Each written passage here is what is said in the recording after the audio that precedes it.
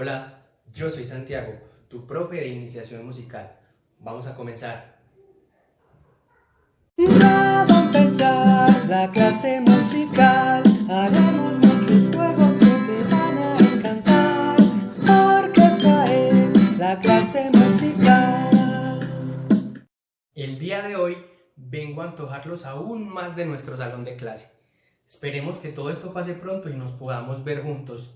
¿Listo? Entonces, vamos a mirar cómo va a sonar nuestra agrupación cuando nos podamos reunir. Les voy a presentar algunos de los instrumentos más importantes que tenemos en nuestro salón de clase, cómo suenan cada uno y cómo suenan completos. El reto al final de este video va a ser que tú te vas a aprender en tu casa la letra de la canción que les voy a mostrar, porque al mostrarles cómo suenan todos, vamos a ver una canción, cómo sonaría cuando estemos juntos. ¿Listos? Vamos a verlo.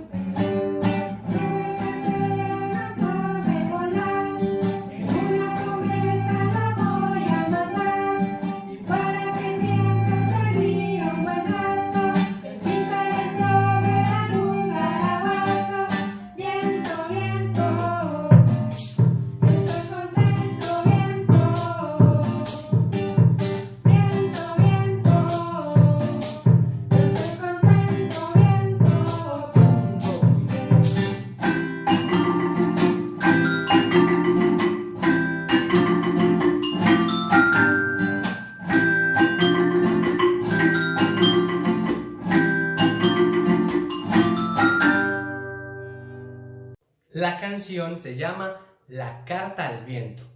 Es divertida, ¿cierto? Entonces, espero que ustedes en sus casas se la aprendan, se graben en un video y me lo muestren.